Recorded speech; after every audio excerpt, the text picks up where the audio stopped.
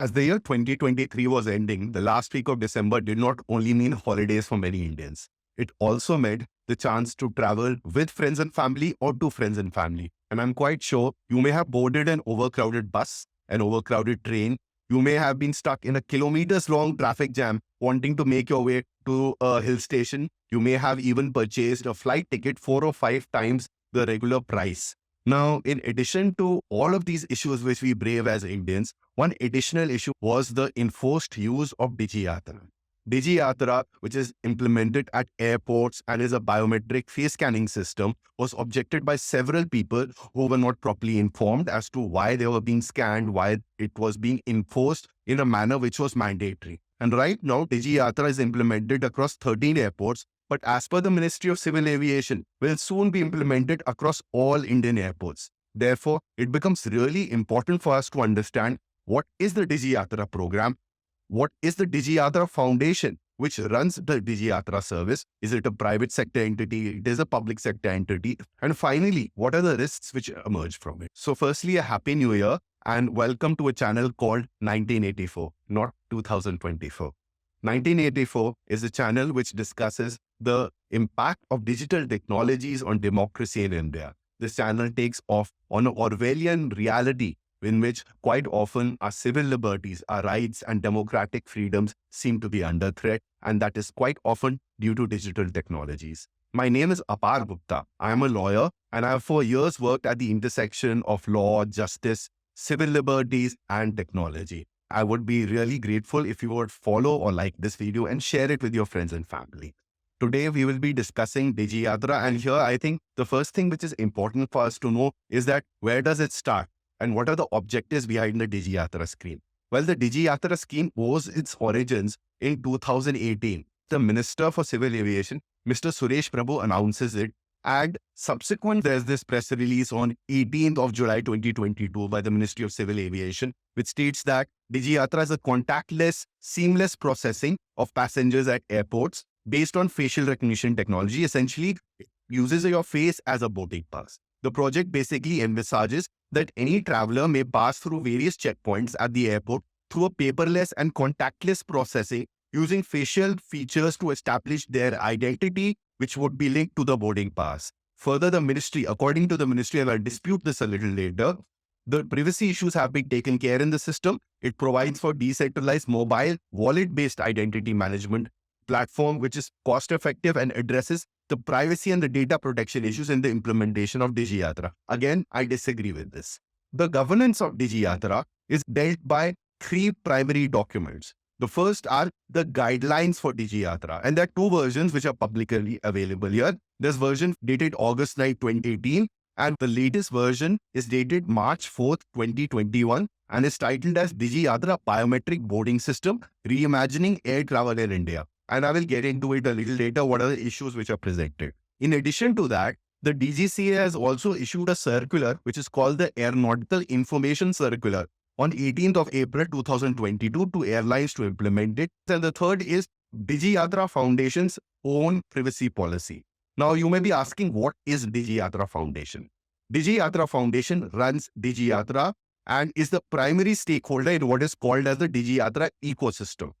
The DigiYatra Foundation has been set up as a joint venture company in 2019 under Section 8 of the Companies Act, whose shareholders are the Airports Authority of India holding 26% shares and the airports of Bangalore, Bombay, Delhi, Hyderabad and Kochi holding the remaining 74% of shares. Now let us look at the issues which are presented with the DigiYatra. And the first, according to me, is not privacy. It's actually the model of deployment.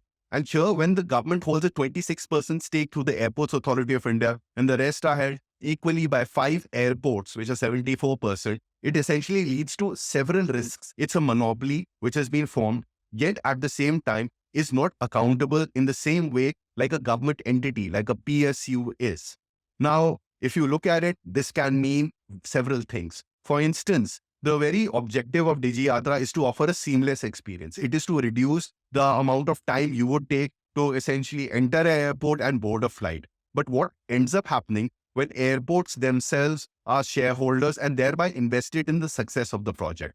They do a preferential allocation of, let's say, the entry of the airport or the security gate in which it is right next to the business class, or even in terms of essentially ensuring that people who have DigiYatra are treated better in terms of a greater number of deployment of security personnel as well as facilitators there at the airport. Anecdotal examples which are furnished by some flyers who are frequently using DigiYatra does seem positive. However, at the same point in time, it may have to do with its own unique experience and may not be a replacement for a deeper study which needs clear data to be presented as to whether this system and whether the costs which are being borne by air travelers, because DigiYatra essentially is built off the costs which you are paying in your airline tickets, is actually being met. Is it because the technology itself is resulting in a higher level of efficiency, or is it because there is a specific rationing in the number of DigiYatra users, which are right now smaller than the total pool of airline passengers, which is why the experience is far superior, the wait times are shorter. The second issue is in terms of oversight and accountability. Now, the Right to Information Act will not apply to the DigiYatra Foundation, which means the several of the statements that it makes in terms of it is secure, that the data which it's gathering, it's not sharing it with others, those audits are not available in the public domain. We also, for instance, don't know whether there has been any SOP, a standard operating procedure, which has been issued to the private personnel which are there at several airports and are right now not properly disclosing to people that they are being enrolled within DigiYatra. What are the risks which arise? None of this accountability is available because DigiYatra Foundation is not a public entity, yet at the same time has the backing of the government and in many ways is a monopoly. The third and the final issue is with regard to the economics and the incentives which keep this scheme running.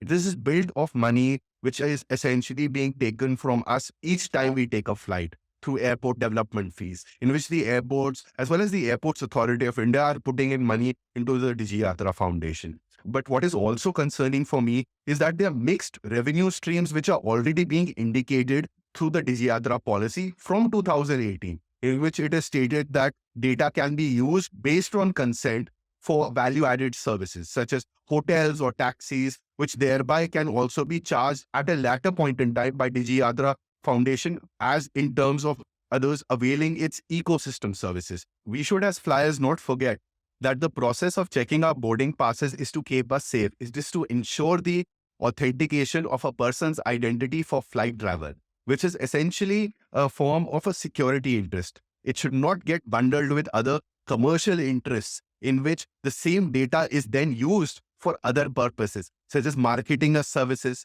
such as taxis, cabs, hotels. There's quite often an entire industry which can be built around this kind of surveillance, which does present risks to flyers like you and me. Now, given that these will be the profit incentives for ensuring the continuation of the DigiYatra ecosystem and the DigiYatra Foundation, without any oversight, it is only going to increase the amount of data capture that it does, the period of retention of the data, and thereby sharing it. According to me, the economic model itself leaves a lot to suspicion. Now, without proper oversight and accountability, you will continue to see coercion and trickery, actual trickery at airports, that you are essentially required to enroll into DigiYatra. Now, let us remember that airports are not areas where you can hold a calm, protracted negotiation. You are essentially under a timer. You want to make sure that you are there within your plane next to the boarding gate and you have entered the airport in order to catch a flight. You're running against time. And here, quite often people will give in to the coercion, to the trickery, and will resort to essentially signing up for DigiYatra. This brings me to the second big bucket of concerns regarding DigiYatra, which is the privacy and the security of the system itself. And here, when questions have been raised about the privacy and the security of DigiYatra, there have been resolute denials from the Ministry of Civil Aviation. For instance, on 1st of December 2022, there's a press release in which the Minister, Jyotiraj Sindhya, states about the privacy features of the project. The Minister said that keeping in mind the privacy, there is no central storage of the personally identifiable information.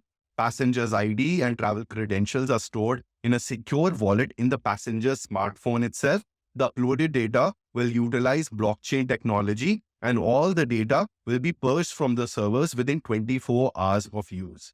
Now, There are several problems with this statement. The first essentially is that even if you take the statement at face value itself, there are no audits to ensure that this data is indeed being purged within 24 hours. And we do not have an insight into what kind or category of data is being stored at a certain point in time with the different players in the ecosystem, which includes essentially the Aadhaar-based authentication or the DigiYatra services or the technology provider, which is NEC, which provides the facial recognition technology to the government. None of this is available in the public domain. But in addition to that, there are several other problems which emerge. If you look at the privacy policy of DigiYatra, and here the privacy policy of DigiYatra very clearly says that the purpose of the data which is gathered is not only to ensure that your identity is matched against your travel document, it is also to ensure certain other commercial purposes at a later point in time,